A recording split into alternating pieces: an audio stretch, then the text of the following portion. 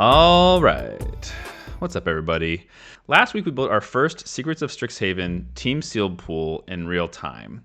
And that was a pretty cool experience because none of us had ever played with the set before. Obviously, it hadn't even been released yet.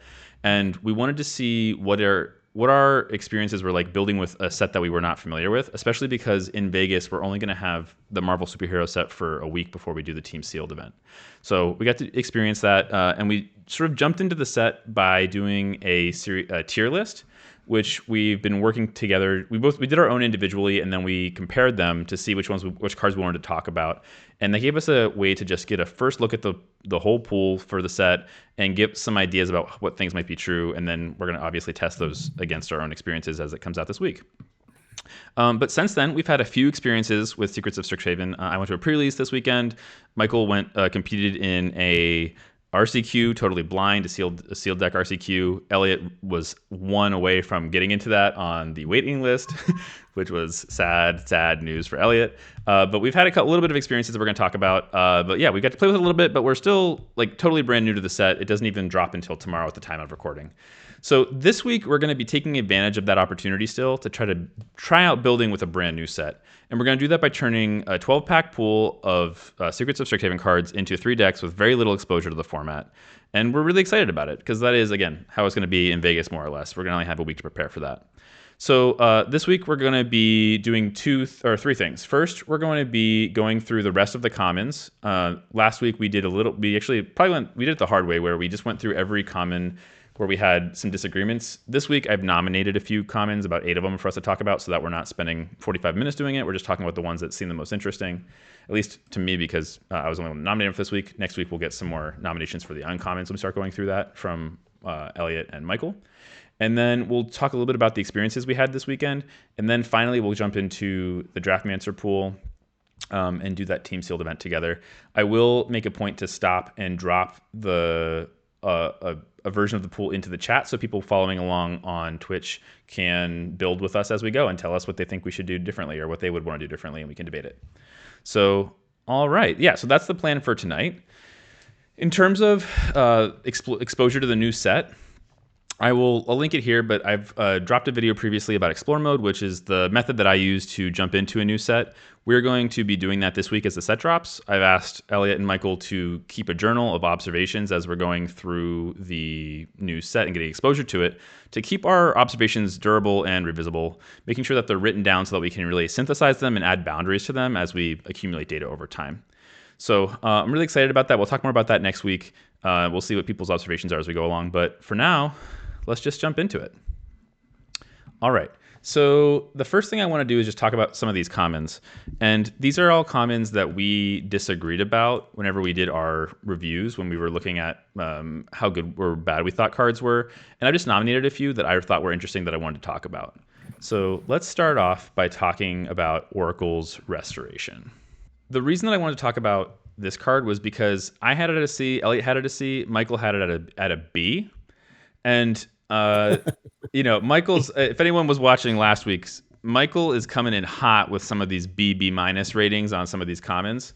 But for this one in particular, this was a card that I actually didn't really know how to evaluate. And I had reasons to believe it was like better than I thought it was. So I wanted to talk about it. And so maybe Michael, we'll start with yours just because yours was the highest one. Yeah, sure. Yes, overall, I came in super hot on all of these commons. I was trying to make up for the fact that I'm always down on cards. So I initially thought that this set had a lot of 1 mana tricks. Yeah. No, not necessarily tricks, because this is a sorcery, but just 1 mana instants and sorceries that did the thing, was an enabler for whatever it is, opus, repartee, whatever. Yeah.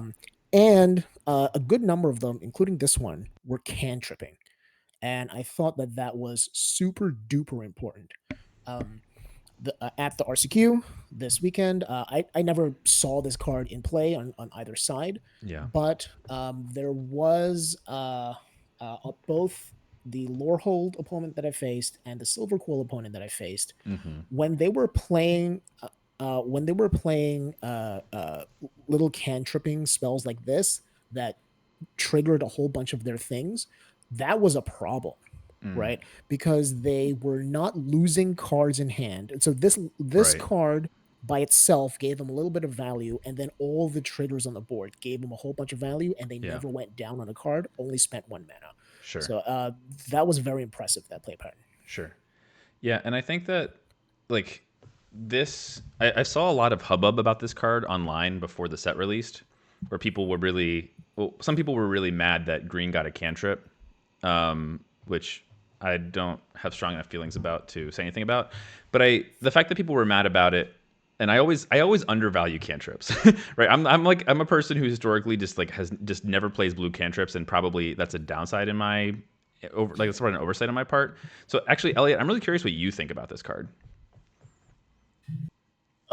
One thing that like me and Ryan were talking about when we do set reviews is like the more ifs a card requires when you describe it being like good in a situation, Mm-hmm. the more ifs, the worse the card seems. But that being said, this is also like this card does a lot of different things for one Yeah. mana. And Yeah. like I that's like something I'm always kind of on the lookout for. Like Yeah. Totally. so I could see it playing out good, but like it it requires some ifs. You need a creature, it can't get blown out. Like What was that card from Lord of the Rings that was 1 mana? It was like 1 blue mana, and it did a bunch of Birthday escape, birthday escape. Like, something like that. Yeah. let me see if I can find birthday escape. oh, okay, that's totally yeah, that's a real cantrip. That just literally says draw a card and then the ring tempts you. Yeah, so that's a true Yes, so cantrip. the issue is that doesn't require targeting one of your own creatures. That's true, actually, right? Like, so that's a big difference between birthday escape and the green cantrip. And for what it's worth, as far as the color pie complaints go, I'm glad that it at least requires you to have a creature to draw a card in green. But yeah, I think that this was a card that just went up super, super high. Like it was just so this became like super, super high in Lord of the Rings. I'm remembering that. And I think that this card does a lot of things that a lot of different decks care about.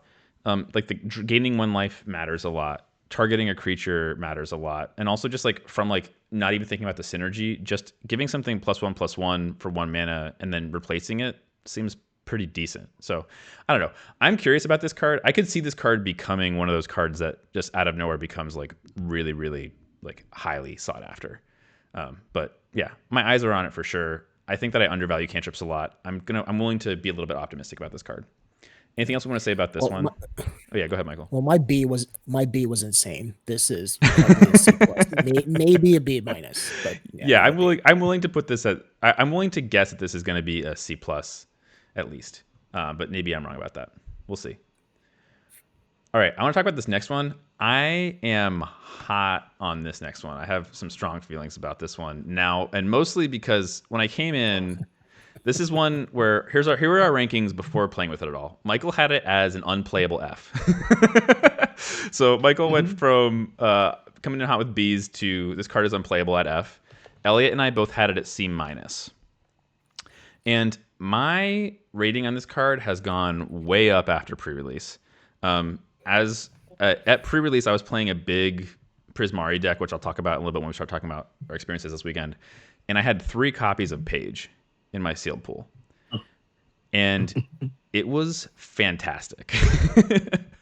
Because I had 3 copies of it, I always was able to play it on 2. Like almost every single game, I played it on 2. And then whenever I drew my second copy, which sometimes was immediately, I then just for free, 0 cost, cycled it away for an instant or sorcery spell, and that was always good in my Prismari deck. Like the fact that I could do this for free, like actually made like with additionals, felt amazing. It was almost like it wasn't tutoring, obviously, but it just felt fantastic. It was like, okay, let me go search for one of the best cards in my deck. Oh, I'm gonna go get a Splatter Paint or whatever that 5 mana Prismari sorcery is that is a board wipe or draws 4 cards instead of having a 2/2 artifact that ramps, and I ramped into that. That seems pretty good. So anyway, I'm pretty high on this card after this weekend. Of course, I didn't have that knowledge whenever I gave it a C minus earlier, but I'm curious what you all think about it, and I've probably totally biased your perspectives on it, having had actual experiences with it. But I had to just tell how much I love Page. I just looked at it when I was like scrolling through my tier list, and I was like, "Huh, that card could be like a little better than I thought." I could see it playing out well. Yeah. So when I gave this an F, I definitely spent a lot of time thinking about this. Like, how can this be abused, right? And I thought that it would be too expensive in a draft to actually try to draft this. So I didn't believe in it. But let's say you did have a bunch of copies, 3 or 4 even in your deck. Would Yeah. you just basically play that as your or play that as your 2 drop over any other card and just use that as your 2 drop? I can see how that would totally work. Yeah, I think it's actually Especially if you're trying to ramp to something big. it's kind of interesting because I'm looking at Tycho Selk's comment too, where I think that's obviously the obvious benefit of this card is that in multiples it's great because it both avoids the legendary fail case and it avoids the you draw a mana dork on turn 7 fail case. Like on turn 7 when I drew this, I was so happy because I could cycle it away for like one of my big spells.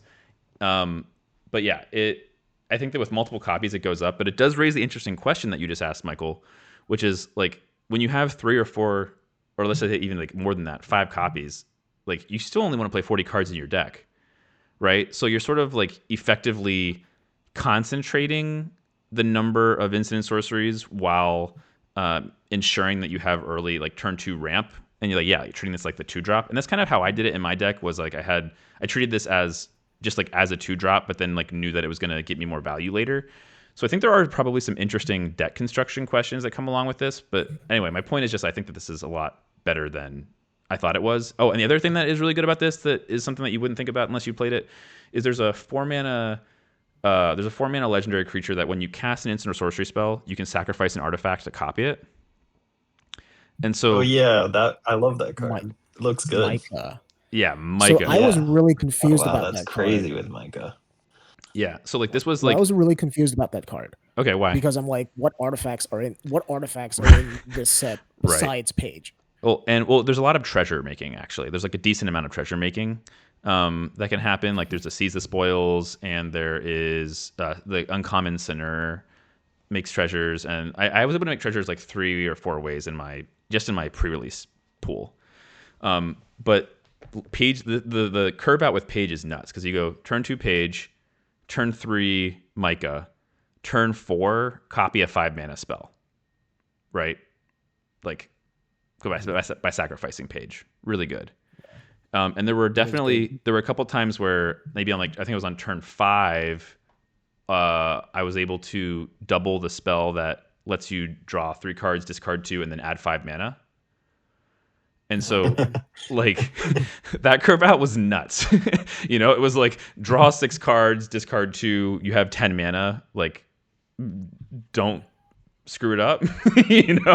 Was kind of like how that played out. So anyway, I've probably talked about this too much. I'm up on Page big time, but there's a lot of deck construction questions to ask about it. All right. Like for it to be functional, you need at least 3 copies, right? Yeah. I think I would still play I 2. don't know. I think I'm like least excited to play. I mean, even just playing 1 in Prismari because of ramping would be fine. But it felt, I think that having 2 to 3, like I would play 2. I'd be really excited to play 3, probably or 4. I'm not sure how high I should go. I'm not sure how high I should Depends go. on like you need something really high impact in instant or sorceries to like want to play more. But I think if you have like high impact instant and sorceries, I think you could play 5 of these. Yeah. Yeah. 0 mana cycling, yo. Dude, I mean, 0 Like, mana that's kind of cycling busted, right? is really good, especially for instants Yeah, and sorceries. Like, you're not even going to draw into a land with this, right? Like, you're going to hit some exactly. juice. So, all right, TBD. Let's report back about Page, but I'm high on it, maybe too high on it. We'll find out. All right, Okay. Pest Mascot.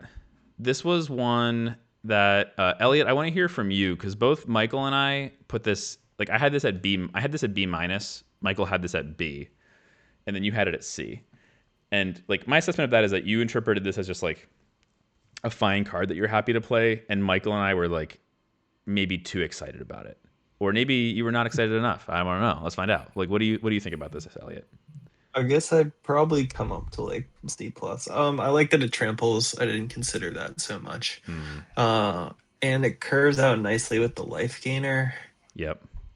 I don't know. It's a card that I could certainly see being a too low grade depending on how it plays out. How did it play out? Did either of you see it? I never Um, played it or played against it this okay. weekend. I I think I only played against it once, but it wasn't in a great show. So, but Yeah. I could totally You see this. really need to build your deck around it. I feel like Like, the specific curve of the 2-drop that gains life when something enters into this on 3, yeah. like just feels really good, you know.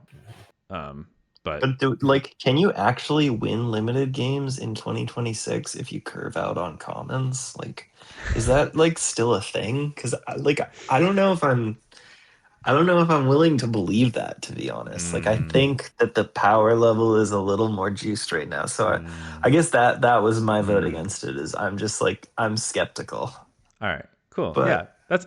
could play out well. I think that's reasonable. I think that both Michael and I get like a little too excited when we see like good synergistic cards. Um, Yeah, I and see a pretty big if on that card, and following the rule of ifs lowers my expectation. that's right. Yeah, like if this card is a 3 mana 3/4 trample, then it's Yeah, like as good. It's like sort of as good or better than a lot of the rares that they've been printing that are 3/4 tramplers in green, right? Not like as better, not better. Like it's not better than the what was the 3/4 vigilance guy that like made maps. Like that card was really good, right? But Yeah. it's still like a 3/4 stat line for 3 in today's world at the time of recording is still a good stat line for creatures in Magic. yeah. But yeah, we'll see. We'll see. Oh yeah, Sentinel. Sentinel is my bay. I love that card. Yeah. Yeah. I do. Notably, I did bump it up to the bottom of C plus after talking about it with Ryan. Okay. All right. Yeah, Okay. I could definitely see C plus. Uh, One thing I want to bring up is, especially in Witherbloom and possibly in other colors, other schools as well, there might be a 2-drop that costs one of each of the colors that you really want to play, and especially for Witherbloom, which is tougher on your mana Hmm. than a regular 2-drop that's just one color pip and one generic mana. Yeah. So yeah, so be aware of that. Well, and I think that's The color demands are higher in this set. right. And I think that's what we talked about. I think the expected turn 1 play is going to be tap land for like this whole set. That's my theory. Is like Well, turn 1 tap land into 2-drop, 2 pips, 2-drop that you want to play in your colors is probably going to be like the desired curve out, but we'll see. I mean, which means the dual lands have to go up in draft picks, Yeah, draft order. that's actually a really interesting thing to think about because I bet that thinking just about pip curve considerations and wanting to play them on turn 1 probably does make that significantly better, like significantly higher pick if that is what happens. So that'll be interesting to think about.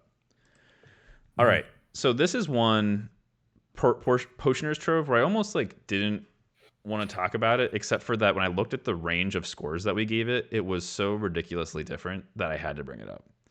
So Michael brought it in at, you guessed it, B minus. Well, Elliot had this at a solid C, and I had it at D plus. Um. So yeah, let's give it. Elliot, you're the middle of the road. Start with you. Yeah, I mean, I think I probably underrated the life, but like I don't. Maybe this is a C plus. I don't think it really goes above that. So I think that the card will play out okay, but I don't. It's no like Dragon's Globe.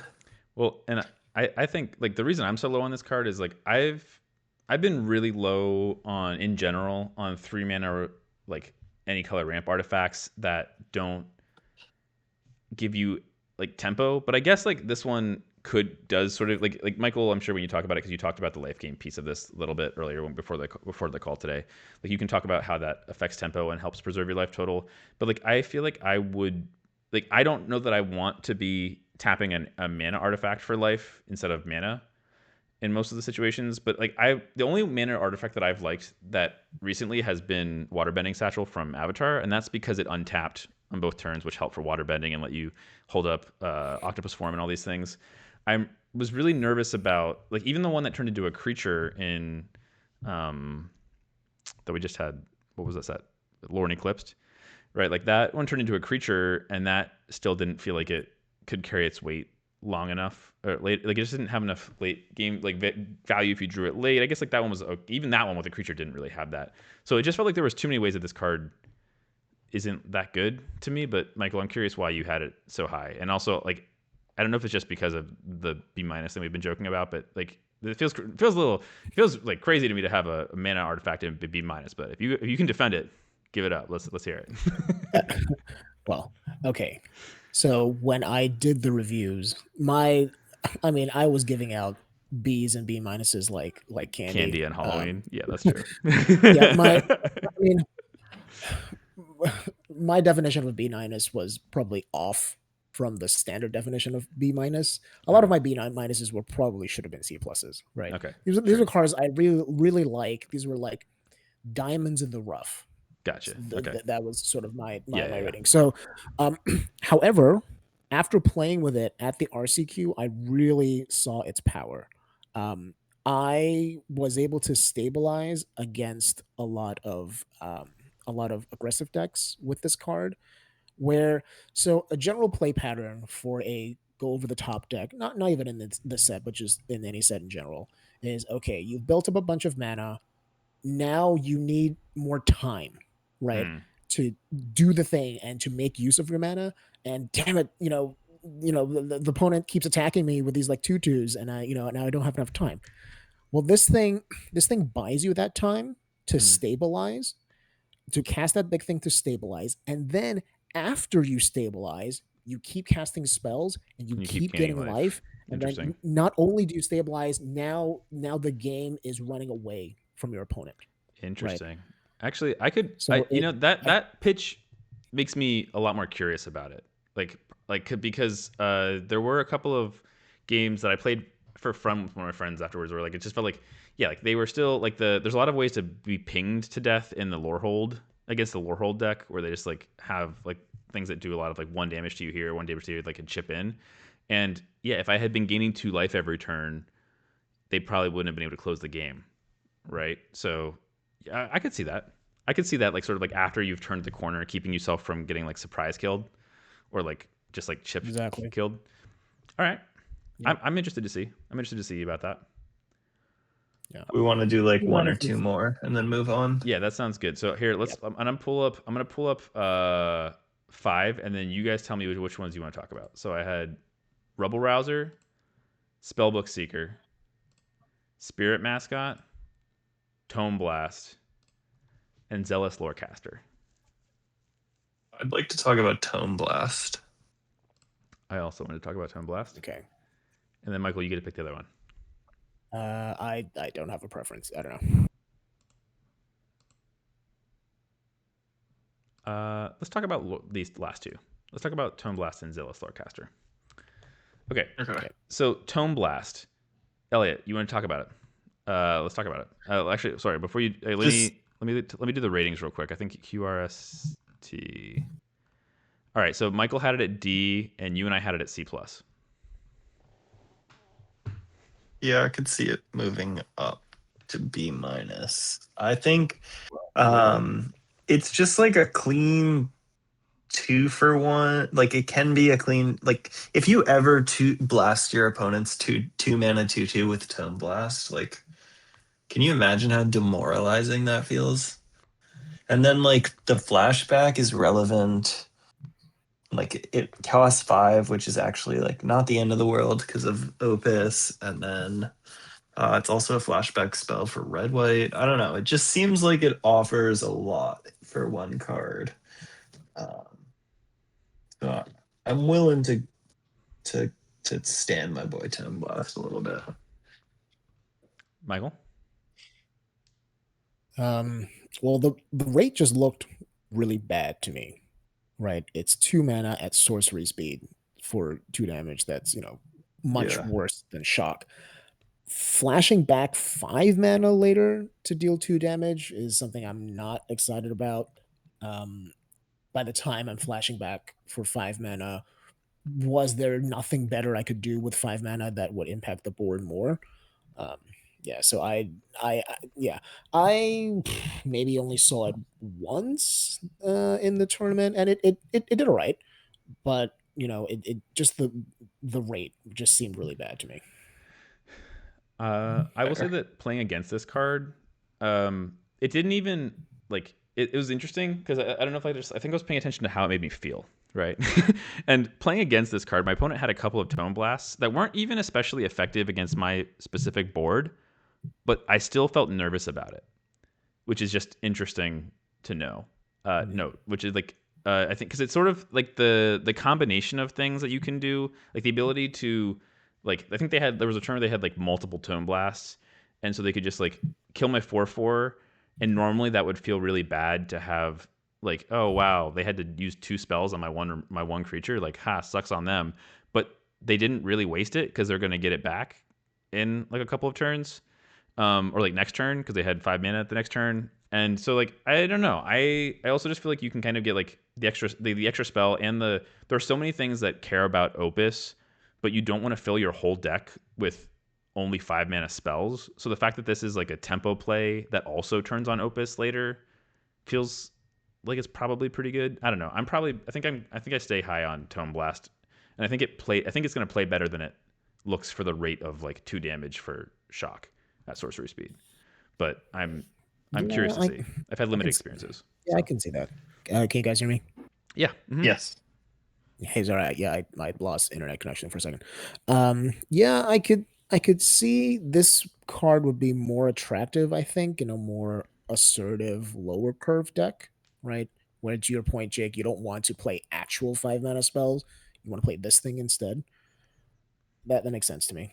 Yeah. I also think it'll be good. I imagine it might be decent uh as like a early tempo play for controlling decks that like want to just cast it for value later. But yeah, I'm curious. I'm curious about it. I will say I had a pretty sweet Prismari pool, and I just wanted anything that I could do that would cost 5 mana to cat trigger. Like I had like the painted mirror that makes a copy of itself when you cast something for 5 mana, and it's a 3/3 with like effectively prowess with haste and ward 1. Do you guys know what I'm talking about? The Uh,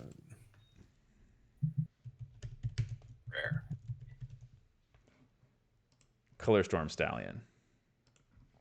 This card. Whenever you oh, cast an instant or the sorcery rare. spell, this creature gets +1/+1 until end of turn. If 5 or more mana were spent to cast it, create a token that's a copy of this creature. Oh, that card's sweet. Damn, that's I good. mean, yeah, that card's insane. And I had just Also, like, shout out to you, Jake, using Google to search for magic cards. what are you saying? Scryfall. You were literally on Scryfall. Yeah, but I wanted to open a new tab. I didn't want to lose any of the tabs that I had. Yeah. All right. I Well. go to Scryfall and anyway, don't worry.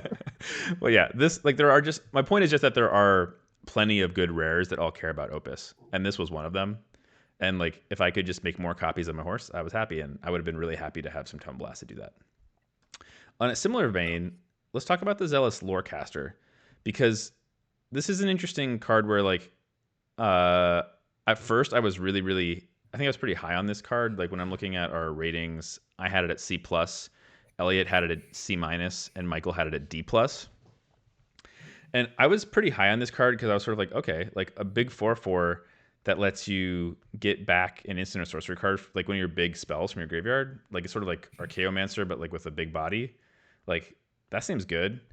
But I think that I maybe have a different feeling about it now. But I'm curious, Michael, as the lowest rater, how you feel about it.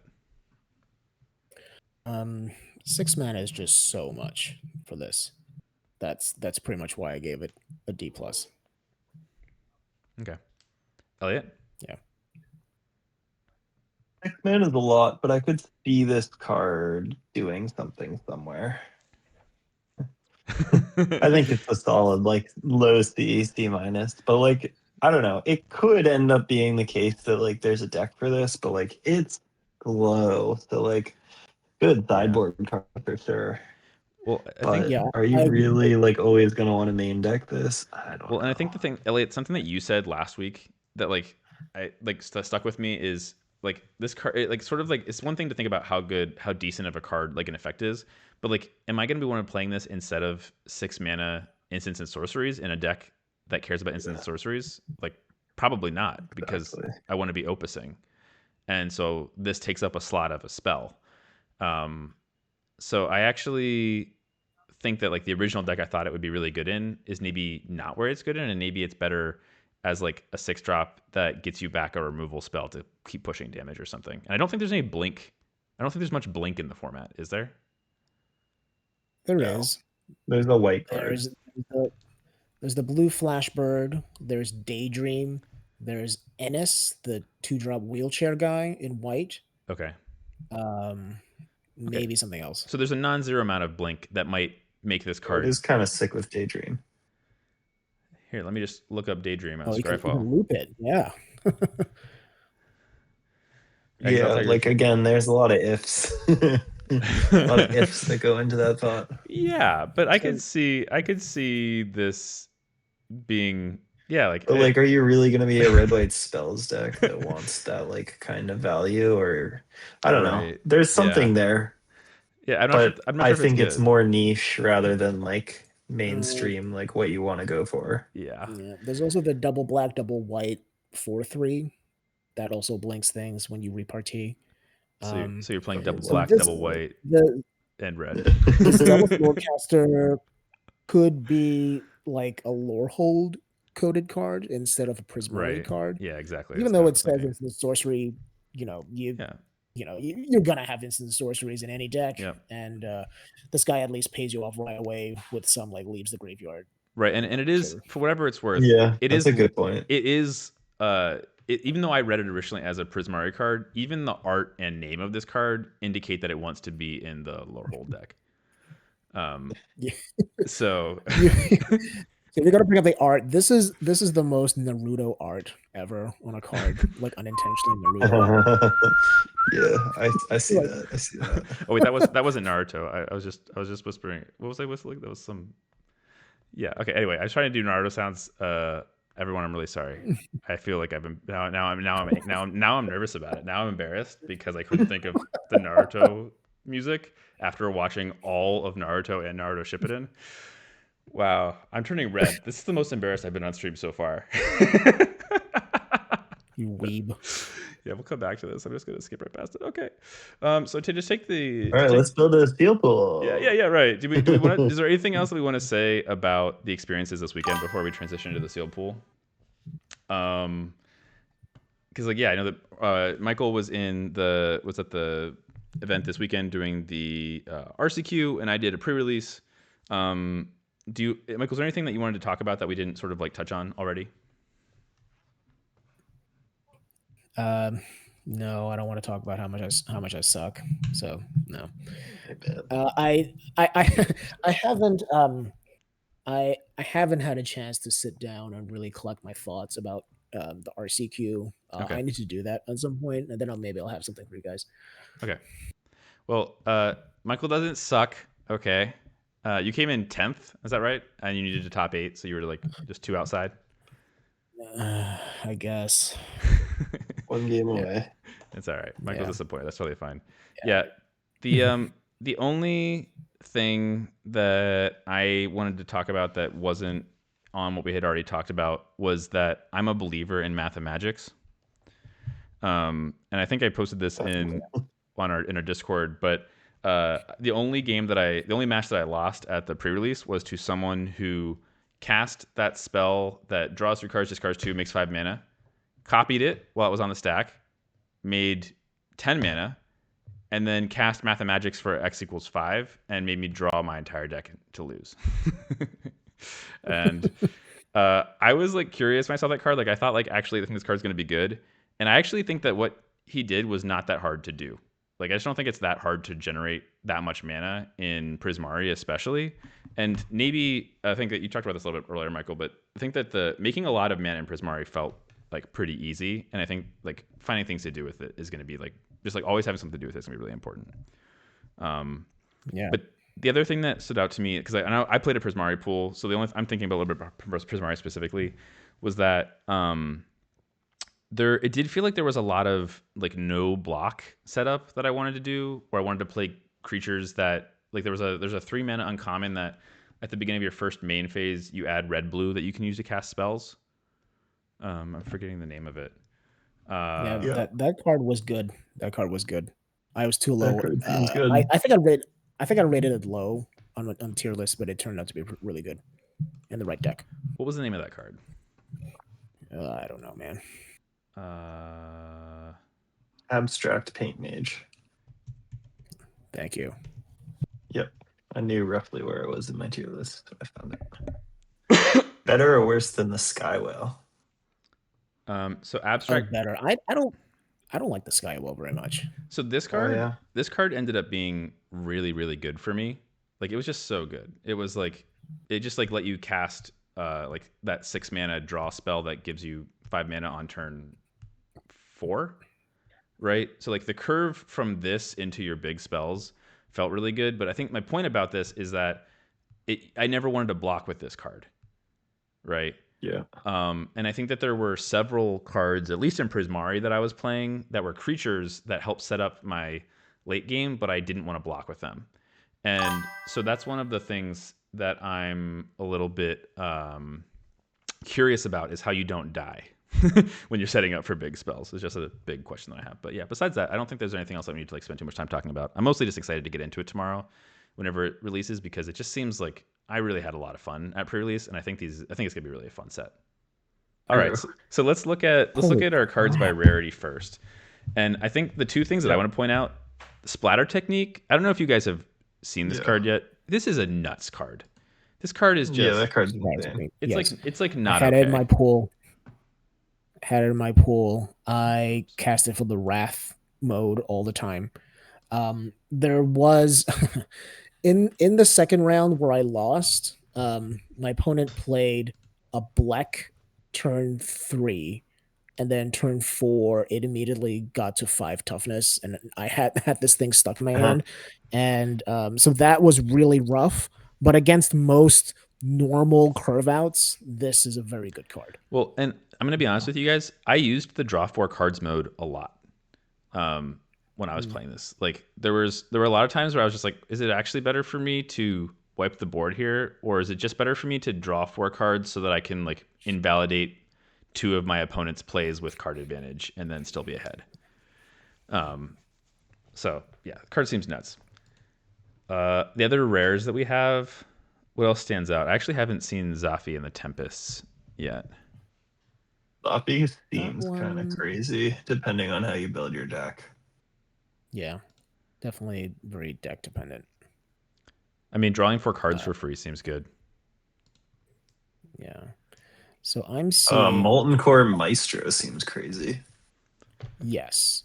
So I'm definitely seeing like a big spell Prismari deck. Yeah. We also have a lot of really good aggressive red cards. So I'm wondering if red white is a thing we could do. That's my read as well, Michael. Wait, can you sorry, I was busy clicking while you all were looking at the pool. Can you reiterate what you were what you're talking about?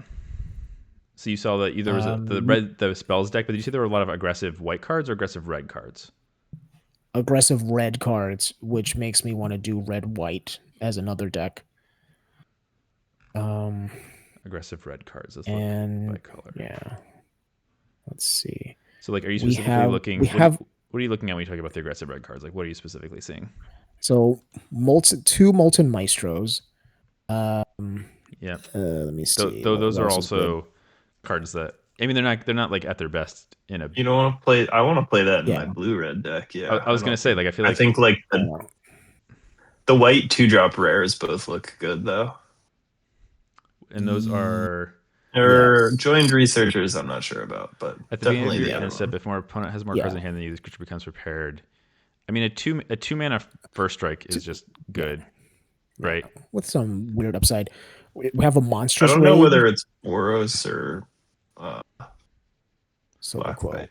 I was gonna say, because I think the other thing that we have here that stands out to me is we have Monstrous Rage is a good sell. We have 3 elite interceptors, which I think we're all Yeah. still high on at this point. With like, it just seems like it's pretty good. Even though I haven't actually gotten to play with it or play against it at pre-release, so I don't have any experiences with it. Wow, 2 repel calamities. That seems like pretty sweet. Oh, that is good. But yeah, like, are we back in? I think that so there's obviously like there's obviously an aggressive white deck. The question is going to be, where does that land again, right? And we might be back in a similar question that we had last time. Hey, let's just build the same exact we had last time. No, but I actually don't think we built red blue last time. No, we did not build Prismari last time. We have some good Quandrix cards as well. Oh, actually, Once again, I think Golgari is out. I'm not seeing enough here for Golgari. Elliot, do you want Better to? try.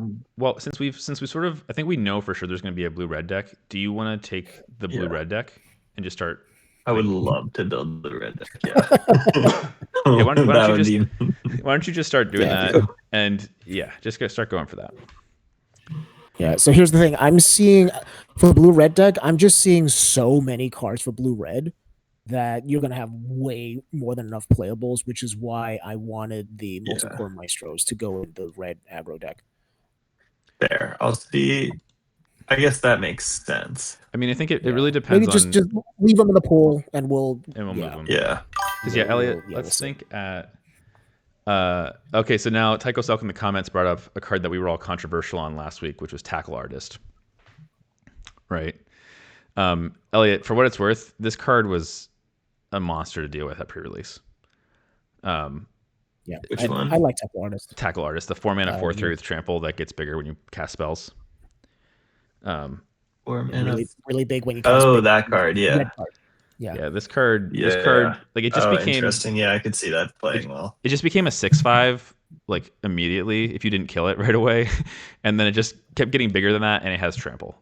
You know, so it became like a real problem really quickly. So Michael, Right. while Elliot's seeing- doing that, let's try to figure out what the other 2 decks are. And Yeah, so I'm let's seeing- look at, can we look at the color, the dual color cards first, or did you have a different strategy you wanted to go to?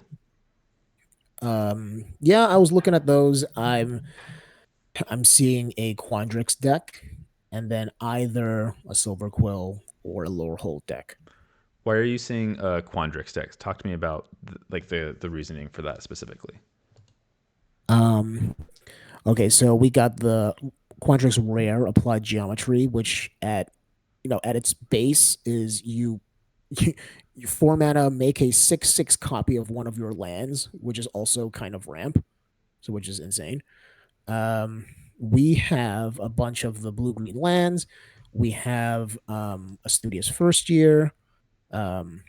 We have Tam is okay. Quandrix Charm is nice. 2 growth curves, which takes a special shell to build in, but I just think there's a lot there. Okay, interesting.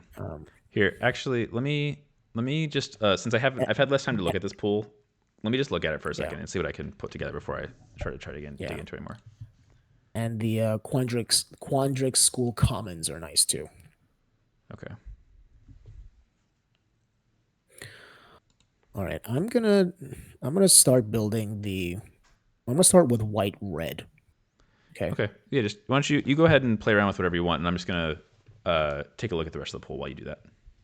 Oh, growth curve is pretty good. Yeah, it kills people. I mean, yeah, it seems it could be good if good. You would oh man, we have the Toxic Deluge-ish card, Vicious Rivalry. It's the Golgari rare. You would totally splash that in Quandrix. Yeah, I think one of the things that I'm wondering is like if there isn't like a Sultai brew, I'm curious about it. So I want to point out there are 3 Killen's Confidences, which feels like it's not nothing. Though this card seemed like really good value to me, but it also was like pretty pip intensive, and it felt like it made my opponents. It did a classic thing at pre-release where people would play it, and they would play it for value, and then not play to the board enough, and then they just couldn't kill me fast enough. So noted on that too. Yeah. Elliot, you want the Diary of Dreams. It's the uncommon artifact, 2 mana. Oh yeah, I do. I didn't see that. Oh Okay. yeah, sick. Did it play out well? I didn't have it, but the Prismari Mirror I played in round 4 had it, and it worked really well. Oh, for him. that seems pretty terrifying in the mirror. Yeah, oh yeah, kept him in the game. For what it's worth, Tam was. I mean, you said Tam was okay. I thought Tam was really good. I splashed Tam in my Prismari deck, and even on the splash, it was like with only a couple of forests, it was actually still really good. So, Okay. at least that was my experience with it. Okay, so looking through all the multicolored cards, I'm seeing lots of black-white multicolored, but like not like power necessarily in black-white. Oh, Michael, coming back to a card that you were not hot on, Render Speechless felt like it did pretty good work against me whenever it was played against me. Well, which card? Render Speechless, the 4-mana Humiliate. Oh, okay. Okay, yeah. How? Tell me about it.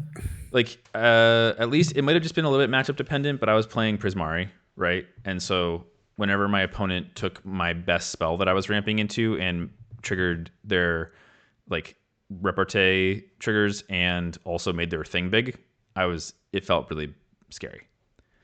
So it might have been a little bit matchup dependent, but it felt good against me when it was played against me. Okay. But that's limited data, but just like a data point to put on. I also wonder, and I don't think that the answer is probably not yes to this, but like we could also, instead of going like Sultai, we could end up going like Teamer, and the red-blue deck could play some of these good green cards. Some of these good like. ¿Por qué no los dos? We have the fixing to do 4 colors if you want to. Thing is crazy. Yeah. No, I'm not saying that we shouldn't do that. I'm saying that. Are you saying that we should do a Sultai deck and a Teamer deck? Like double dip on blue and green? Is that what you're saying, Michael? Because I don't know that we want to. No. I'm saying have a single deck that plays 4 colors. And then also the Prismari deck. Oh, and also the Prismari deck. Yeah. So your Quandrix deck would splash multiple colors. Okay. Interesting. Okay. So I'm open to. You are splashing black for Vicious Rivalry. Yeah, I'm open to doing at least Sultai, maybe some red, but I'm not sure about the red yet. But okay, so let's just say that I think that seems reasonable. Let's look at our black together, Michael, because right now we're not playing black. Like, we're not playing black at all, except for splashing. I'm considering switching to black-white. Yeah, but I'm still looking at it right now. I think it really depends. A lot of it's going to depend on, like, Elliot, you're going to have just so many cards for that deck, right? So, like... I definitely have a number of cards in my sideboard, but, like, the cards I have, maybe you want to procrastinate, or... But I'm just even thinking, like, where are you at on the Molten Core Maestros, for example? Because I think, like, if... Like, the red-blue deck... I mean, that card would be... The red-white deck feels like it doesn't need to exist. It can't really exist if Elliot's using all the 2-drop red cards. I haven't grabbed the Maestro Masters yet. I grab them, but I'm considering switching to black-white, so I might release them in a second. Cool. I mean, I've put together an initial look at the deck, roughly, and it looks kind of sick. There are, sure. Right, Michael. I think that there are like some decent, like, black cards. Yeah, so I'm gonna switch to I'm switching to black-white. Yeah, I actually think that black-white's going to be the way to go again. I just don't think that we want to be competing with red for Elliot's deck probably, and it seems like there are like pretty decent like early plays in black. and some decent removal. I don't know about these Bullrog Bane makers. I'm not very high on those. I don't think. But there's like a combination of like repartee creatures that give you life and some things that care about life. Um, Yeah. yeah, I could see black white. Okay, I'll start to try to build the like Sultai-ish soup deck. And Elliot, I think that you and I are gonna probably need to share a little bit. Okay. What kind of cards are you gonna look for? Um, like early, like anything that's like early ramp and fixing. But like we're both gonna want those. But is there anything like you're not? Oh, are you not gonna play Page? I was not thinking of playing. I was thinking of not playing Page. I was trying to figure out if I needed it. I don't think I need Page. But it is notably another artifact for Micah. It is an artifact from Micah, but I think I'm gonna get around that by just not playing Micah. What? That seems I crazy. So think the Phi is just like Micah, but better. The what is? The Phi, the 7 drop. Uh, sure. I Yeah, just but I like, don't think I can play Micah because I don't have the artifacts, and I don't think one more artifact makes a difference. all right. I'll look at it with you in a bit, but I feel like that has to not be true. Like even just with like Diary of Dreams plus Page plus the Treasure Makers, like That's right. that was about how many Treasure Makers I had when I did the pre-release, and Micah was easily one of the best cards in my deck. So Oh, okay. Then that's like that's a good sales pitch. yeah, like because like you didn't need to copy every spell, you know, but Yeah, true. you just That's a picked good the point. one that like that mattered the most, and you won the game because you did that. And like having that at 4 Yeah, mana versus having it at 7, I feel like you got it. I think you got to include it, which makes me think that you would want to fair include point. Page.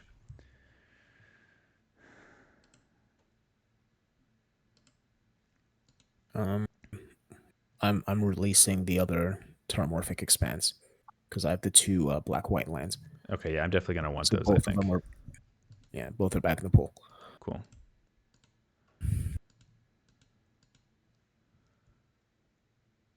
Do you gain life for these lands? No, right?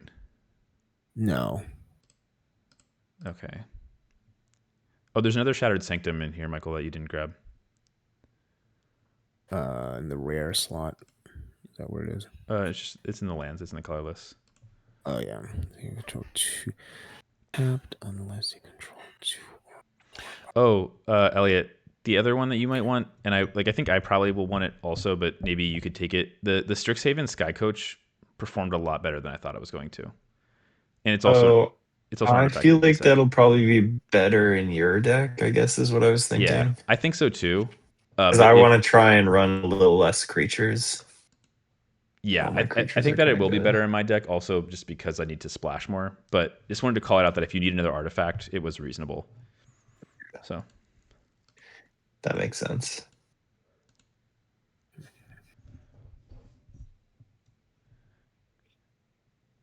I feel like, yeah, this is interesting.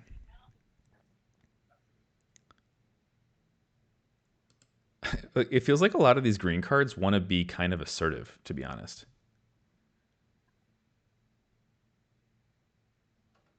Hmm.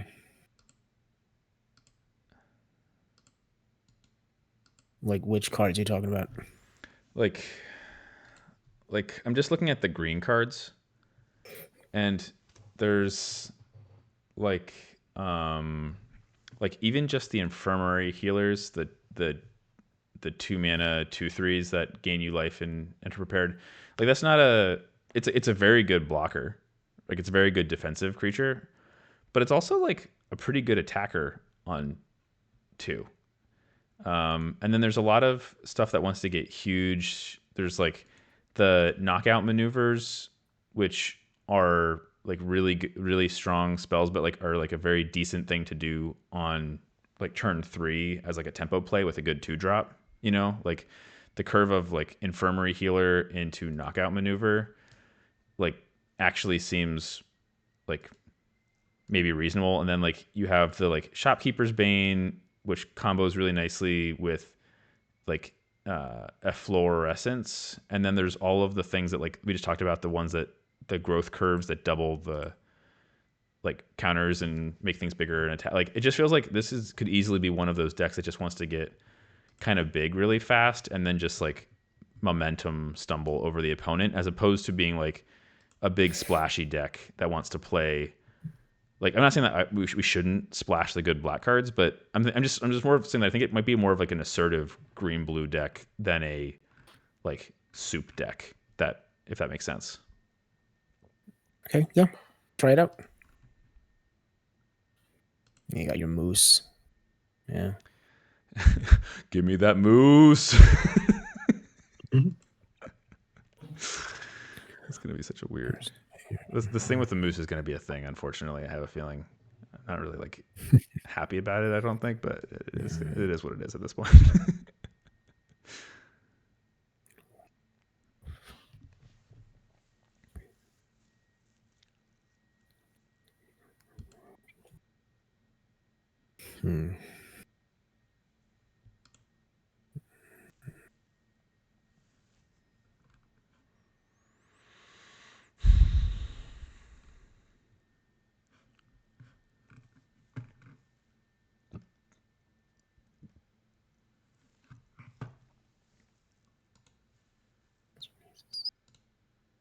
My page just went wonky. Can I refresh my browser window, or will that lose my deck? Screw everything up. It should save your stuff. Question mark? That's what I would think too. Okay, yeah, it worked. Okay. Tycho Selk in the comments said, "Did you read Elliot? Are you reading Tanner's in the comments?" With two splatter technique, I'd play all the tackle artists, and then Monstrous Rage also gets interesting. It's just like you can't fit that many board drop. It's hard to. I'm already at a point where I need to make a cut. And so, like, how am I gonna fit all these tackle artists? I think Micah's getting out of here. Dude, don't do it. I mean, I'll come look at it in a second, but I'm just telling you. Then I gotta play the extra tackle. But like now I have 11 creatures in my deck. Yeah, that's tricky. Which only gives me room for 12 sorceries. I gotta cut a bunch. Real quick question: how do we feel about Fractal Anomaly? Is that the draw cards? It's a 1-mana instant that create a 0/0 green and blue fractal for each, where X the number of cards you've drawn. Like I guess like it just like is. There's really a lot of ifs. I'm not sure I like the card, but it could be good. It's gonna be like a 0. It's gonna be like a 1/1 for 1, like a pretty normal amount of the time, and then sometimes it's gonna be like a lot better than that. Actually, if Elliot, you can make it a 3/3, it's crazy. Elliot, do you know where if you can't make it a 3/3, it's best in your deck, dude. Like, no, it's not good in my deck. I'm struggling for like actual card draw. You're not like splatter techniquing everywhere? I mean, I am splatter techniquing, but like, am I gonna have mana left over after casting splatter technique to also cast like exactly a somewhat situational card? Yeah. Yeah, usually the big card draw spells you want to play on time, and Fractal Anomaly makes you have to wait one more turn. Yeah, I think it's gonna be not that good in my deck, unfortunately. All right, let's just see. I think I'm like mostly playing mono green, splashing blue black is what this is gonna end up being. Which honestly is my favorite way to play green. So. Okay, I need help making cuts at some point. Okay. Should we go over? I also need help making cuts in this Silver Cool deck. I haven't started building my deck yet, so do you all want me to come help, or do you want me to prioritize getting this deck built? No, you keep working on your deck. I'll come look. Get all your color cards into the pool. Okay. Let me look at Elliot's screen. And maybe Yes. maybe one way to help with this, Elliot, is if there's cards that you think are like just okay in your deck, but would be really good in, like for example, like homesickness actually seems like it would be really good in my deck. I mean, homesickness is crazy with Zephi. Like, I don't really want to cut anything expensive. Is kind of what I'm thinking. True. Okay, well, All right, if there are cards that seem like they would be good in my deck that you want to cut, like, Yeah. like send them my way. Like even just like Campus Composer might be. I mean, it's good in yours too, but yeah. Sorry, I'll interrupt you guys one more time. Essence Scatter. We were talking about Essence Scatter. Yeah. I actually like felt like Essence Scatter was a lot worse than I thought it was going to be after our conversation. Interesting. But I think it kind of reminded me. I tried to play. I think it was also Essence Scatter, or there was another creature spell like this that was in Kamigawa Neon Dynasty that I was playing flashback of when it was out, and it was pretty bad because of all the creatures that were actually enchantment, like sagas, right? Like there were just like a lot of times where it wasn't hitting, and I think you that need O counter. Yeah. and there are spells. There's a lot of spells, like creatures that are actually spells in here. So just something to be thoughtful of. Essence Oh, capture. Essence Capture. Let's say there's a Interesting. reprint. Oh, I remember that card being kind of crazy. Double pip though. All right. Yeah. So I'm not sure what I would cut from here. You could convince me that Wisdom of Ages isn't it, but with double Zephi, seems crazy. Are you? Oh man. Okay. Where? Okay. Show me. And Sonar. Where's your ramp? So you have Sonar. You have Page. You have My ramp Guy. is lacking. Yeah. All right. The fact that the ramp is lacking makes me not want to play Zephi. I mean, man. Well, definitely not. I'd be open to cutting one Zephi. Yeah, I was gonna say maybe not two. Yeah. Maybe not two. Yeah. I'm not watching what you guys are talking about, but I also was thinking that two seemed a little bit much. It's just like absolutely crazy. Like if I land that card, I win the game. As long as you have spell, if you have Splatter Artist in hand, you win the game, or Splatter spell. Yeah. Remind me what artist process is. It's Pyroclasm or deal 6, or what does it do? Okay, right. Oh god, the resolution is really bad. I can't read it on the stream. Let me. Don't worry. No, Control Plus doesn't help. Yeah, no, don't worry about it. I'll read it on my side. Let me just. Well, in here, maybe it's more interesting for viewers. Tycho Selk, tell me, do you want me to put up the Discord that they're working on their deck while they're talking, and I'm silently working on my own on a different screen? Whose screen do you want to see? All right. So artistic process is deal 6, or it's one-sided Pyroclasm, or it's make an elemental and it has haste, 5 mana sorcery. Okay. That's good. Yeah, really flexible. Always gonna do something. Is this gonna be a draw go deck? I'll switch back soon. 3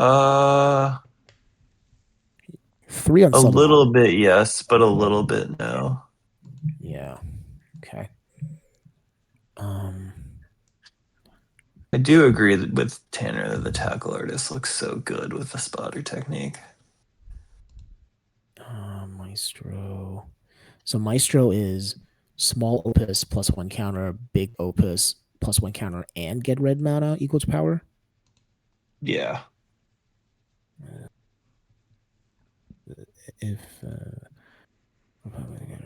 Okay.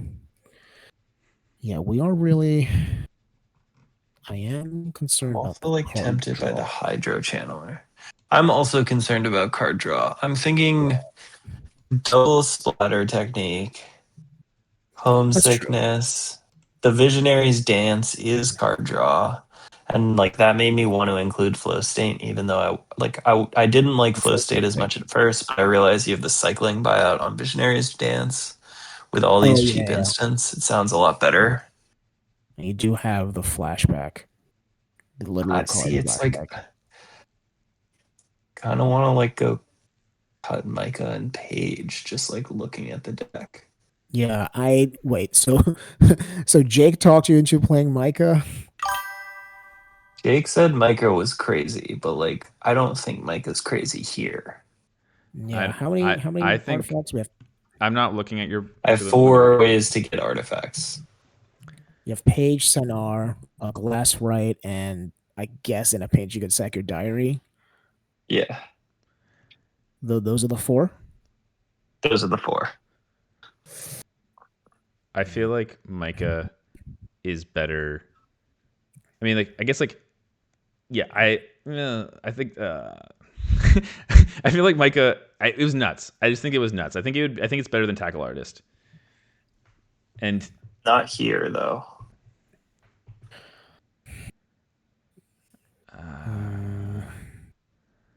I don't Like know it about that. dies to your own splatter technique too, which Yeah, is like kind of yeah. annoying. Which also Cut makes it. Paige worse. Cut I'm Micah. like, I need space. All right. And So, that but puts what me about at 24, so now it's one yeah? more. So what about Page though? Do you kind of want that ramp? Yeah, dude, I'm Paige being just like raw dog and Paige. Yeah. I'd rather No, play the channeler. Hydro Yeah. Channeler. So okay, Chandler can only ramp for spells. What can't it ramp you to? Zafai and Tackle Tackle Artist, Artist I and guess. Safari. Okay, yeah, Chandler's good. Great. Now we're back to making 2 cuts. Flow state is flow state is look at top 3, but if you have instant sorcery in your graveyard, you keep 2 Yep. instead Otherwise, of just 1. 1. Okay. Like, I mean, worst case, it's anticipate. Yeah, I like could be cutting Matter Bending Mage actually, yeah. I guess like because I that's think that that's an would be good example in of a your card deck. that really tempos that really cares about tempo. Yes, like that would be It's better. very just. It's just like off plan. Yeah. Yeah, I agree. So I agree with Jake here that there's a lot of tension. There are 2 plans in this deck. And I am actually not sure the big plan is going to work out because you're lacking the card draw and you're not ramping that. You're not ramping that hard. So I I wonder if we should actually retool this to a more no. aggressive version I because actually the think maestros and the tackle artists are really good, and you have the monstrous rage that we're not playing. I don't Oh, necessarily. I interesting. don't So know we that I like cut necessarily. this, cut this, cut this. I'm not So we sure. cut the dances. I'm not sure. I don't know. You might Like still play the splatter. No, let's see what it looks like. okay. Yeah, let's You cut just mess around with it. cut the Last flashback, rate. diary, probably flow state. You bring in the No, I monster think Flow State rage. gets even better when we're doing like this. Procrastinate gets Okay. We better. want Procrastinate. Procrastinate. You bring in Do the we want third Fractal tackle artist. Anomaly now? No, but because you need to draw cards specifically.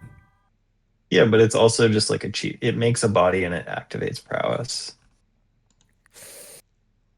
Like Do you want to spend a card doing that? I don't know. you probably Yeah, aren't doing fair the question. visionary dances in this assertive deck. Yeah. Get the dances out. Yeah, fair. You want to bring in your third tackle artist that's in the pool right now. Bring in the monstrous rage as well. Definitely monstrous rage. Yep. Probably definitely the tackle artist. I'm not sure Oh, about dual tactic gets way better. Yep.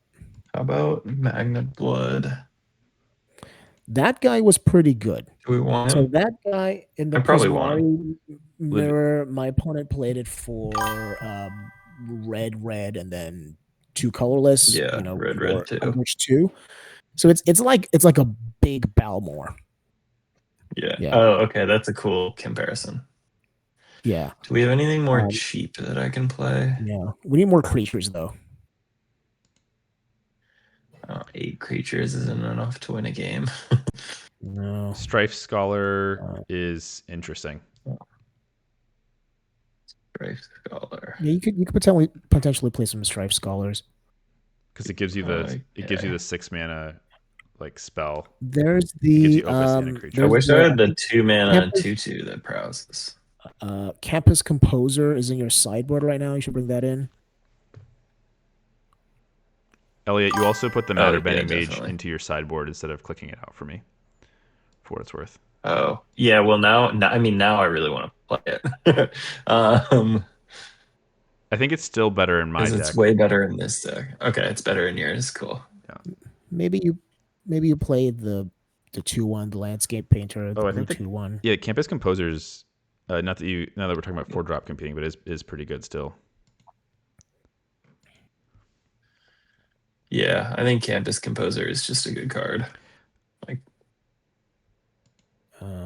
use some 2-drops. You can play the do I want to play? Oh yeah, that guy. Yeah. Okay, this is 23. Okay. It's 10 creatures, 13 still though. spells. You can play the 2/1. You want to go more creatures? I think we can get by with 10 creatures. I don't. I think you in love an it. assertive deck. I think you want more creatures that fair. that give you spells. You want creatures that are spells. Yeah. Landscape Painter seems really overwhelming. Or Do I underwhelming. want Muse's Encouragement? I don't think so. Underwhelming, yes. Yeah, I'm Any not thoughts sure. on Rabble Rouser? Tempted by that. I actually am just I guess still. not in this deck. I'm still not I sure think that Essence this. Scatter gets worse here. Yeah, definitely Essence Scatter gets worse. And I think that 2-drop that makes a treasure is still fine, Elliot. Yeah, agreed. Yeah, I played that dude. Yeah. Okay. With this. I like where we've gotten with this. This I version. could cut a Tackle Artist for a Strife Scholar. And just like move your curve up a little bit. Just curve wise. I don't know. I would still play all. Tackle Artist is kind of crazy here, Yeah. right? Yeah. Honestly, see Sinur, like I think This deck Sinur is looks still sweet. Sinur is still good enough to keep, obviously, because it can search up instants and sorceries and stuff. But it is, again, like a little bit It's a little worse. off plan. Yeah, Sinur definitely gets worse here. I would. Do we still want any Visionaries Dance? No, No. you're not ramping to that. I would maybe even cut one Splatter or the Artistic Process. Oh yeah, Tanner's talking about flashback, wanting flashback, and I think I agree with that for sure. Still. Oh yeah, I want flashback back. Yeah. Yeah, and Tanner was pointing out flashback plus monstrous rage being pretty good. Oh, that's crazy! Holy crap! I wish I had. I guess really leaning on these Molten Core Maestro. I wish I had any of the other like prowess stuff. The other thing that you might want to consider is Living History. Living History as a 2-drop. That gives you. Yeah, but it's an enchantment. Just like doesn't do anything, right? No, but you have all this flashback stuff. It's a 2-mana 2/2 I have that has attack benefits when you flashback. But the only thing I have that does flashback is flashback. Oh, okay. You don't have anything else that exiles. Oh, and dual tactics. Only 2 things. Yeah. Okay. All right. I mean, still decent as a 2-drop if you need a 2-drop, But I would cut at least one Subtle Mockery, because this deck you want to just tempo them out, and you already have 2 bounce spells at 2. Yeah. They kind of just overwhelm them that way. Yeah. We need. I think we need more creatures. I do not like 11. 3 drops. 3 drop. Chase Inspiration. Oh yeah, I can just I think jam a Strife Scholar. I guess Chase Inspiration is probably like pretty good with the Tackle Artists, right? Like that's what you're thinking about with that. Sure. For sure. Chase Inspiration. Oh yeah. Yeah, I think Chase Inspiration is just good here. Like I'm a prowess deck. Mm-hmm. Like it's great with the Maestros and with the Tackle Artists. And kind of with the Archaic. Still want to cut at least one of the big spells. So Splatter Technique specifically does not kill your Tackle Artist, but it kills everything else. But It you doesn't wipe the always board, kill the Maestro. well, and I think that's sure. actually like And honestly, it just draws 4 cards. right. I was gonna say you're gonna be using that as a card draw spell a lot of the time, but also it will like sometimes that's fine because like you'll have enough damage to just kill your opponent when you kill all their blockers and your small stuff, but you still have a tackle artist and a other thing. Yeah. Chase Inspiration was something. Oh, Chase Inspiration with flashback. That's interesting. Yeah, it's like a double protection. I think that you can probably here maybe start with Artistic Process in the sideboard. This card has been was really good, like really good, but mostly as a defensive card to like board wipe them for 2, like 2 damage to everything. So like, I just feel like it does everything. Like, I don't know. Oh, that's true. It's Sorry, I like forgot about the haste flyer five mode. cost spell in this deck is Yeah. great. It has the Yeah. haste flyer. Yeah, I forgot I think about the card's just really good. Yeah, All it right. was for And sure. like we do want to have a few 5-cost spells. Yeah. Tanner's pointing out Campus Composer, which oh wait, Composer. Which you have in the deck already. and he's saying that he said that he doesn't like it, but I think I do. I think I do like it. Like, Oh yeah, I think I like this. I think this is just like a good Yeah. aggressive card. making like 5 mana, make a 3/3 flyer, make your tackle artist bigger. yeah, Yeah, think relevant that's body. Like I'm a big believer in this card. I think. Fractal Anomaly does get a little bit interesting here, mostly as a Just the Opus enabler. like just as like a instant Yeah. speed combat trick, but I'm not sure that means it's good enough. But just flagging that. No. I agree. It's almost tempting here, but Yeah. I think if the curve was like significantly lower, it would be good here. But the curve isn't low enough. Okay, so I want to cut one and creature. Love you there, Michael. Michael, we just lost you. Hello. I can hear you now. Yep, can hear you fine now. I want to cut 1 splatter and 1 mockery to bring in 2 more creatures. I don't What? want to No. cut either splatter technique. I don't think. Yeah, I'm not cutting splatter or mockery. I think I would rather cut a dual tactics for a creature than like it does make the none block is actually pretty huge. I don't know. I do. Dual Yeah, tactics looks great. I'm not cutting dual tactics. This deck wants to tempo the F out of people. Dual tactics is great for that. Yeah. Especially with the trample and tackle artist.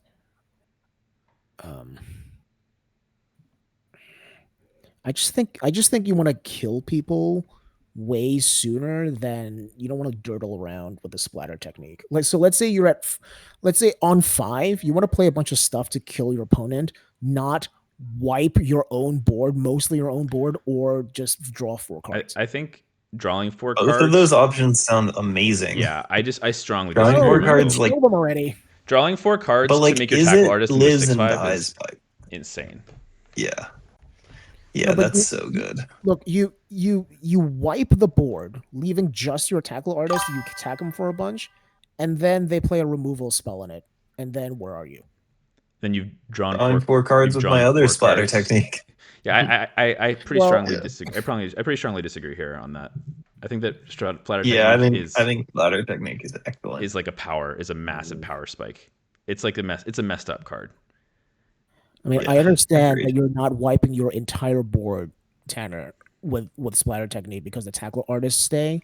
But if you kill 3 of your own guys, let's say, and the tackle artist stays, you hit them for a bunch with the artist, and the next turn they remove the tackle artist. But if you did that, then like your best case scenario would be like you only do that when it benefits you. When it doesn't benefit you, you draw 4 cards. Like, it's just messed up. I can't. I don't think I can get behind. Card seems crazy. I don't think I can get behind that. If anything, like I know this actually probably seems crazy, but like, no, I probably don't even really want to suggest it. But I'm thinking about like Flow State, for example. Like it's a really good draw spell, so I don't think there's any reason we should cut it. But it doesn't affect the board in any way. Like everything else in our deck affects the board, and like I kind of feel like you don't really want to be messing around with small draw spells. Like, don't you just want to be playing like drawing forward splatter technique? I don't know. I'm trying to think of like what we could cut, and it feels like in this version of the deck, we want stuff that's tempo positive. Maybe flow state's still just good enough, but Yeah, I'd like flow state more than splatter. maybe we honestly cut because a it land, cuts too. cut a land and play another 2-drop. No. Absolutely. Oh, this deck Absolutely. cannot. This is probably fine. I think this deck is probably Yeah. fine. I would probably cut the Strike Squaller. Yeah, but we don't need to cut anything right now, right? This is If 24. If we had something more aggressive, you can cut Senar, right? Yeah. Honestly, like it's not an aggressive card. It's not on plan. Yeah. Yeah, that checks out. It does good stuff. It's a really good card. Sandra's a really good card. I want to include it even though it's not on plan. But all right, cool. I think that's close enough for us to stop debating about. Yeah, agreed. Right. Yeah. But like, so like, I guess like the thing that we're agreeing on, let's just be clear, is that we're taking this version, the version that we're deciding on, is that like we're not doing the powerful spells version, which there is a big powerful spells version that wants to just like ramp into splatter technique, wipe the board, cast a bunch of spells for free with the 7-drop, like double spells with Micah, like ramp into that. Like we're choosing that. Are we saying that this is more powerful than that? Yes, I think so, because the other version, we didn't have enough card draw and we didn't have enough hard ramp to get us to 7 faster. Yeah. I think the lack of ramp there was like a real issue. I think the card draw was manageable. Like double splatter technique is so much card draw. Yeah. I was gonna say that's an insane amount of card draw. But the ramp is really the issue. Yeah. But didn't we have? Okay, so you're saying that it's because we only had the glass right, like treasure and the two and the page, and that's the issue. Yeah, Right. I just don't think there's like. But I think Sinur this is also deck just ramp. is better. True. Yeah, you've got it like a couple of ramping twos, but I don't think there's like a critical mass. Yeah. I don't know. I guess I'm on the fence. Let's move on to another deck. Yeah. I think we should move on. To Yep. All right. deck. Let's move on to another deck, but put a pin in it. I'm not actually sure. I would want to think a little bit more about which one of those is better, which obviously we're not doing in enough time here. And I think that that's an example of something where hopefully we would know. Michael, go ahead and share. You're sharing live. Hopefully we would like have enough experience with both versions of the, of the two versions of that deck where we would be able to say like, okay, we have the right cards for the aggressive one, but not the right cards for the powerful one. Exactly. I think this is a deck that you can do a lot better with like basic knowledge of the format. Yeah. Okay. Yeah. Let's look at Michael's deck here. And Tanner, thank you for calling out that I was not showing everyone the right screen for like 5 minutes of discussion on 10 minutes of discussion on that. So please chat, continue to let me know if I'm not doing that. But yeah, let's look at Michael's deck here. No. Should I make this like this here? Okay. So here we are. We actually have 18 creatures here. Whoa. Yeah, so maybe this guy's not great. So what do we got? We have 3 of these guys. Some good repartee things. One here. Yeah, to some extent, this guy too. I like this guy for repartee. This guy a little bit. Let's see. Yeah, as I recall, this guy is just a nice beater. Yeah, card seems decent. Yeah. Yeah, we don't have that much repartee in the deck, which is fine.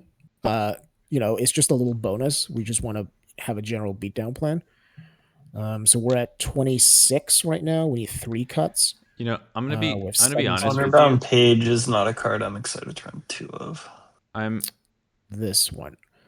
No, it gives flying. This gives flying. This is really good.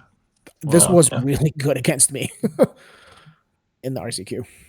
Let's look at we're talking about Honor-bound Page is the 4-mana 3/3 that gives something flying. Yeah, this is another triple elite interceptor pool. How lucky we are. Gonna be honest with you. This deck doesn't seem like I'm not sold on this deck being like that crazy. Like, and maybe it's I'm just not sold on this deck either. I'm not saying that I have It a better seems too idea of what to dirtily do, but mid-range.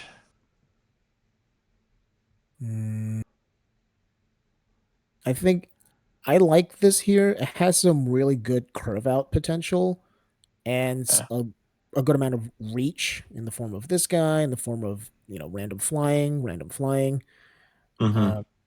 and a really good, Yeah, I do really like great suite of removal. wait, I think Michael, So I think you want to this be guy's playing. kind of I think there's some other cards that maybe I'd be more interested in playing. Like, how much life gain do you have?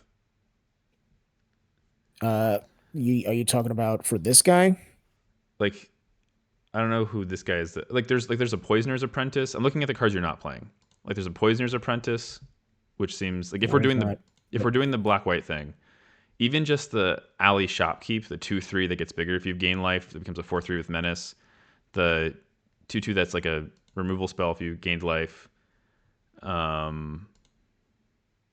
Okay. The sneer, the other way. What is the what's Poisoner's Like, Apprentice? we're back on Send in the Pest. Oh, I don't want to be doing life gain stuff. No. Is there? What my question is, like, Yeah, is there I want to incidental? kill people. Is there enough incidental life gain like that? Like, I'm thinking about No, the I don't 2/3 think so. menace, the 2/3 menace that No. becomes a 4/3 menace for 3 seems like a good card that kills people if you can. Like, yeah, like there's the postmortem professor that makes, like, even as like a 2/3 menace for 3 is fine, but there are multiple things that you have that gain life at 2 plus dissection practice. Like, I think there's enough incidental light game that that card is just going to be like a good aggressive card a decent amount of the time. I'm not sure that. I guess like the thing it doesn't feel like this deck is like pushing enough damage. Is the thing that I'm worried about. That does not worry me. Here. This deck is doing damage well. I think we have a lot of tricks, a lot of removal. I do not want to dilute the aggressiveness of the deck with like an inconsistent life gain package. Okay. Yeah, agreed. Yeah. The session I practice. actually think So return to the ranks actually seems reasonable here. Like, yeah, but again, I don't want to. Situational. Yeah, I don't want the game to ever get into this state. Like, I can sideboard this in. Yeah, fine. sideboard card. As a main deck, I don't want that. So to last week, I think Tanner was saying how he really liked the section practice. I've failed to see the case where this can win you 2 different combats. So why do you fail to see maybe that case? this. That seems like a very reasonable case to me, where you win 2 combats with that. No, I'm saying I failed last week to see that case. Oh, okay. I see. Yeah. Yeah, no, I think I still think like last week I was pushing for that crazy. over the 1 mana white combat trick, and I think I still stand by that. Yeah. So need some cuts. We have 17 creatures. We could maybe cut something here. I don't know. Is The Duty question I was Beyond asking, Death something we actually want to do? Actually, this guy. We don't want this guy. Huh? What's that? Is Duty Duty Beyond Beyond Death something we actually want to do? Yeah. I don't know. I mean, we I do think have I triple think elite so. interceptor, but I think we Yeah. do, because also we have the That's other really one good. that makes a Yeah. bunch of 1/1s. Like, that seems like Duty Beyond Death, like, is like one of those cards that just can cool. win you an unlosable, like a game that you were gonna lose completely otherwise. Yeah. Yeah. So maybe this guy we can bring in on the sideboard. Sure. Well, 2x humiliate. But right? then, like, let's just make sure we're let's just say make sure we're like doing this first. Like, are we sure that this is what we, before we spend time like trying to like finish the last couple cuts for this, is this strong enough that we would want to make sure that we're doing this black white deck? Like, is there anything else that we would want to be doing instead? Well, I like this deck now that I've looked at it more. Yeah. The alternative is white red, which if we've switched the Prismari deck to the more aggressive one, then there's not enough cards. Okay. Agreed. Okay. Yep. Yeah. I'm fine with that. So I'm going to cut this double humiliate here. We have a bunch of prepared dudes that we can go lower on the actual spells. Yeah, I agree with that now that I've seen it. Okay, so one more cut. Get rid of big guy, get rid of big guy, get rid of big guy. Maybe cut one Repel Calamity. That was one of my thoughts. Okay. Should we actually cut the Wander off instead of the Repel Calamity? Because the things you want to kill. No, I like having diversity. Diversity? Okay. Yeah. Yep. Okay. That's good enough for that. Actually, yeah, this is probably fine. I don't think that there is a better thing that we could do with white, at least in the time we have. Right, we're out of time right now. Where we are. We're officially. If we were in the tournament, we probably would have already lost. We'd probably be out of time. So this is like a blue-green, a very tempo-y blue-green deck that also is splashing green or black for. I think actually it may actually just be Vicious Rivalry at this point. I also had Grapple with Death and Mind Roots, but I think I decided not to play them. Actually, maybe I should be looking to see if there's any other green-black cards, but I think it might actually just be Vicious Rivalry at this point. But it's like, I think like the main curve that it wants to do, I think that it actually wants to be pretty tempo positive, where it's like Infirmary Healer in the 2-drop slot into like, I think like Infirmary Healer into like knockout maneuver is like a reasonable thing that could happen, but also there's just like a pretty good curve out to then go over the top with. I don't know. Seems decent to me. I'm not sure about I actually do think growth curve is probably pretty good, especially with double a mill giving all the counter stuff trample, and with a decent number of things that get counters and put counters on things, like even just like knockout maneuver putting a counter on things. Proctor's Gaze seems nuts. Like seems just insanely good. Yeah, that card seems so good. This looks pretty good, honestly. This looks like fairly straightforward, reasonable build. Okay. Yeah. What I'm wondering. Go ahead. What I'm wondering is, now that Elliot freed up some of the bigger Prismari things, could the Quandrix deck splash those and switch to a more ramp? Because you do have that fixing and ramp here. Yeah. Right.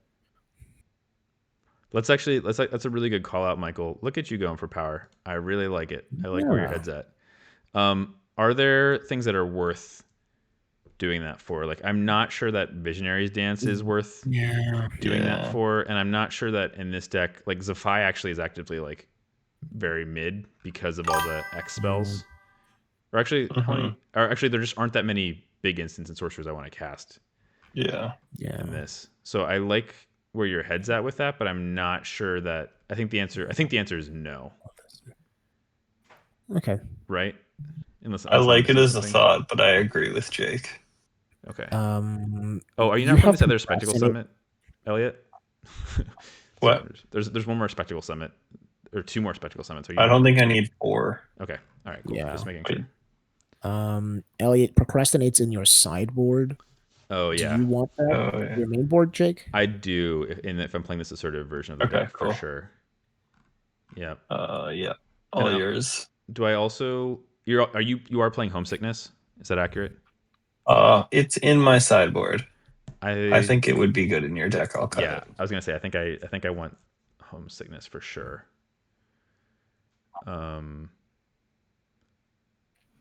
Yeah. Do you want the 2 Muses Encouragements, Jake? I don't know. The 5 mana blue instant, make it 3/3. I don't think so. I don't think so. I don't care about the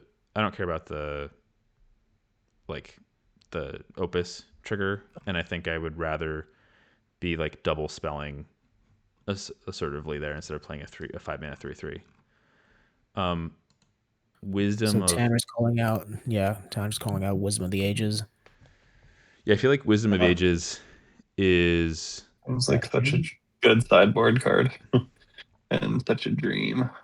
I think that it's actually pretty castable in this deck with how much ramp I have. Yeah.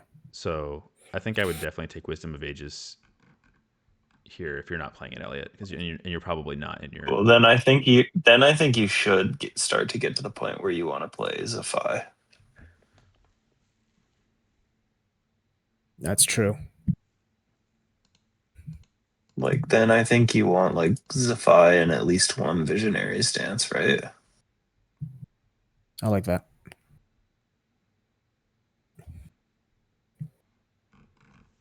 Let's just see what that looks like. So take one Zephi. Yeah. Take.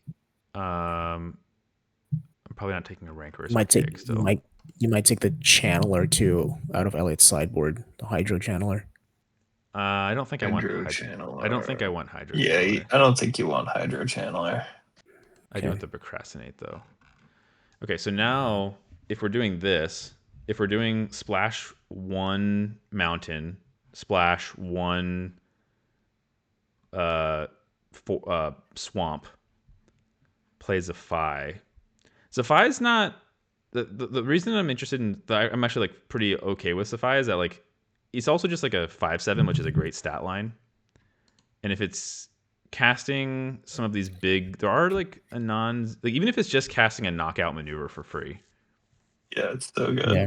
That's still pretty good. And yeah, I am ramping for free. Like I have the Studious First Year and the Shared Roots. And you have Barrage. I'm less interested in here. It doesn't look that good. Draw 3. I think I'm less interested in like if I'm going this route, I care less about like true. The growth curves, right? Like I care less about the sort of like like I think knockout maneuver. I would get rid of the barrage too, but I'd keep the knockout remover. Why do you want to get rid of barrage? Just seems like it's not what this deck is about. Like you're not playing that bigger creatures. I guess I have Newt, so I'm thinking I always one Newt. Yeah, it's just one Newt. Yeah, I don't know. I was gonna say I still think like instant speed. I still think like instant speed. Like I actually feel like I don't like the Tester of the Tangential as a card in general. Which Tester of the Tangential? Which one's that? 1 in a blue, 1/1 increment at the beginning of a combat. You can pay X to move the counters around. Also not huge on this card. Well, I haven't tried it yet. The thing that these increment cards have seemed a lot better than I thought. Like they seem a lot better than Evolve. Just like in the playing with them that I've like the little play them because they've got that makes sense. They've got like because it's the instant and sorceries also trigger them. I think I'm probably fine taking it out, but I actually imagine it would be pretty good to just be able to be like, okay, let me. I just don't think this is the deck for it, but I think it probably has a deck, but it definitely isn't this one. Yeah, I hate that second ability. Like, yeah, agreed. It's very inefficient. But it's like, but it also just like keeps refilling itself, right? It's like you can kind of plan out your turn. And whatever I see. Okay. And whatever mana you have left, you move its counters onto something else. You make something else a threat, and then it can catch up on counters again because it has a lower power now. Like it kind of just like farms counters the entire game, and you can just keep moving them around to everything else. Like that actually. But I don't think this is the deck for it. Yeah. I'd rather play spells. That goes in your growth curve. That goes in your growth curve deck. Okay. Yeah. But it's not this deck. 8. So that's 24. 24. One more cut. 26. 26. Oh, it's 26. 3 more cuts. 3 more cuts. Well, like knockout maneuver becomes less good in this deck the more we remove the like. Yeah. I really don't know. Down. I really don't know about Terra Fractal. I think it's probably still decent enough as like even if you play it for 3 as a 2/1 flyer, that's probably not amazing. But you have the potential to play it as like a game-winning card later if you draw it late. And I think that like it's an X spell which matters for like a couple of things. What does that matter for actually? Oh, it matters for Paradox Surveyor and for Matter Bending Mage. But Matter Bending Mage is less good here now too. No, that card's just always good in a deck like this. Matter bending. It's just like it's less. The tempo It's so matters less good. now. It's so good. No, it's so good. Like you need a way to recover your tempo when you've ramped a bunch. And I think it's just so good. Mm. I feel I mean, I can take it for my deck if you want to cut it. actually, if we're going to this version, Yeah, I am fine I giving would you. rather it go in Elliot's deck. Yeah, Yeah. because I think it just isn't as on point here. Cool. I'll take that from you whenever you get to it. Sorry, I thought I gave It's it. in your sideboard now. Yeah. We'll just keep kicking this Matter Benny Mage back to our sideboards instead of giving it to each other. But Yep. I think I am okay with this more powerful. I'm really actually, again, sort of like we were just talking about with Elliot's deck, I'm not actually sure which version of this is better. Like, I'm not sure if this version that is splashing a lot more and is like actually has the power. Like here's the thing this deck doesn't have. It doesn't have Quandrix. It doesn't have like it doesn't really have anything that takes over the game, with the exception of like Zafai can be good, but is way less good here than it is in Elliot's deck because it doesn't have all the card draw that it's drawing for free. Wisdom of the Ages is probably pretty good because the rest of my spells are pretty decent. But I'm not sure, and I don't actually really want to like spend the time to think through this in depth right now because we don't know the format. But some of the cards that seem really good to me in this deck seem good to me because they're kind of assertive, and I'm not sure that going later and voting for a later game with this deck actually improves its chances of success. Does that make sense? I don't think you can be effectively assertive enough with this deck to like want to vote for a quick game. Like I think you do a way better job of playing long game. Yeah, in the other version of the Quandrix deck, you did not have the bounce spells that happen to be in Elliot's deck. So the tempoing, I think, is much better on the Prismari side. And to Tanner's point, definitely felt like you were ramping to nowhere with the other deck. Yeah. Again, you if you ramp to a big threat and then it gets removed, like where are you now, right? Well, and I think that maybe I could have actually gone harder on not ramping if we were going to do that version. Like I'd maybe cut the shared roots and some other things for like more tempo positive stuff. But I actually kind of like, if we're going to be splitting blue, I'll take the more controlling, powerful blue because I can ramp to it, and you take the more tempo positive, assertive blue. Like you probably actually get procrastinate back, right? Or maybe you do. I'm not sure. But yeah, actually I think that's like a reasonable way to think about it, is like we split blue. We give you the most tempo. We give one deck the tempo positive stuff, and we give the other deck the big spell stuff, and we give the big spell stuff to the deck that can ramp. That seems like a reasonable split to me. Yeah. Yeah. Okay. Cool. I feel like good about that, more or less. I think we did good. I think we did okay. It took us a long time. we sure didn't do it quickly. No. But we did it. Let's actually think about that for a minute. So I think I'm going to summarize where we landed. We landed on one sort of green blue splashing black red deck that's big spells. Then we landed on a black white repartee deck that just kind of wants to get the opponent dead. And then we landed on a blue red deck that really is capitalizing on these tackle artists and also just getting the opponent dead and like making dancing on the grave with the splatter technique. We did that I guess we did it in an hour, right? Like we started this at around 11:30 my time. Around an hour, bit over an hour. Yeah, hour 10, and given the UI challenges here, I think we did all right. Okay. Yeah. Agreed. Okay, that's not too bad. I actually was looking at this and going, it took us 2 hours to do that, but that's not actually true. It took us about an hour, maybe like a little bit over. And we definitely had Tanner challenging everything that we were thinking in the comments. But actually, we love that because we want to challenge our thinking. So thank you, Tanner. And your ideas are always welcome and very valuable. Yeah, so we should find out what the official rules are, and then we should try to apply them for the scrimmage that we're going to have next week. And so, yeah, that's big news for all the people who are hanging out watching. We're going to have a scrimmage next week against our very own Man in the Chairs team Tanner / Tycho Zelk is going to be on with his team, and we're going to be competing to see how we build the pools differently. And I think one of the things that's going to be interesting about that is we're choosing to build the same pool. So we're going to give each team the same pool, assuming that I can figure out how to do this on draftmancer, which I think I'll be able to.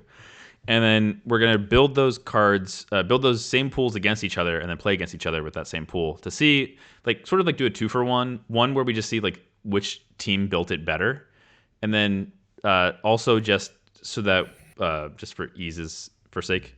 But yeah, I think mostly just to see which team did it better, and I think that'll be an interesting exercise. We'll try not to like metagame the pool and try to make our pool the best version that beats our own pool.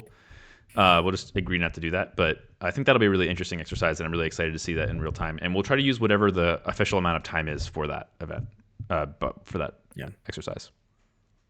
Are we going to try to play next week as well after the build? I think we should. So 3 simultaneous matches. Okay. Yep. Does that sound good for everyone here? Yeah. Yeah. All right, awesome. We maybe I'll have to think through the time on that. We might not actually then have time to do like set card reviews at the beginning if we're going to do that. If we're going to build and play, so maybe we'll just build and play. We do not have time for that. Yeah. Okay, we'll just plan on building and playing this week. That sounds good. All right, well, I'm looking forward to it. Yeah. So, gents, thanks so much. I think this was fun. I really actually I think that where we landed was right. Splitting the blue in the way that we did, like one rampier, one more aggressive, seems good. But I also am not sure in a vacuum which version of the red blue is better. But maybe the fact that I can play the good red cards means that like this is the best like massaging of our pool for power that we could have. That's at least a theory that I'm going to operate on for this. So I think that was pretty good. If you're following along with us, please do come hang out with us on Twitch next week if you want to see the scrimmage live, or you can just catch it when it comes on YouTube. I'll drop some links in the description for some of the Explorer methods stuff I was talking about, and I'll also drop in the links to the deck for today so you can see how you would build it.